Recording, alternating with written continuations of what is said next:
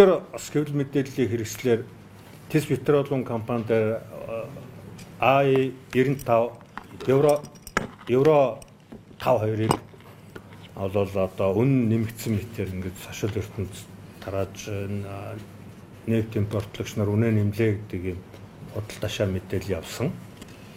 Тийм учраас энэ евро 5 бол өөрөө гаднаас орж ирэхдээ тонн тутамдаа нэг $860-оор орж ирж байгаа. 860-аас $890. За энгийн одоо гэж яриад байгаа ангарсгүй үйлдвэрээс орж ирж байгаа I-92 бол $705-оор орж ирж байгаа.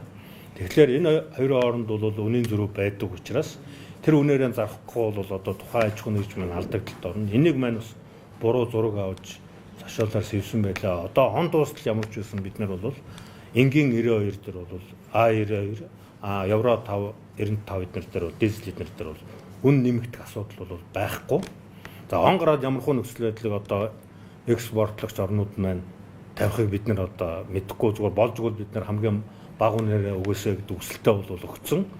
Маргааш Оросын холбооны улсын одоо эрчим хүчний яам байгалийн нөөц технологийн яам эднэртэй бид нар онлайн уулзалт хурал хийх гэж байна. Тэн дээр бас тодорхой үнийн мэдээлэл, за нийлүүлэлтийн мэдээлэл эднэр гарах бах.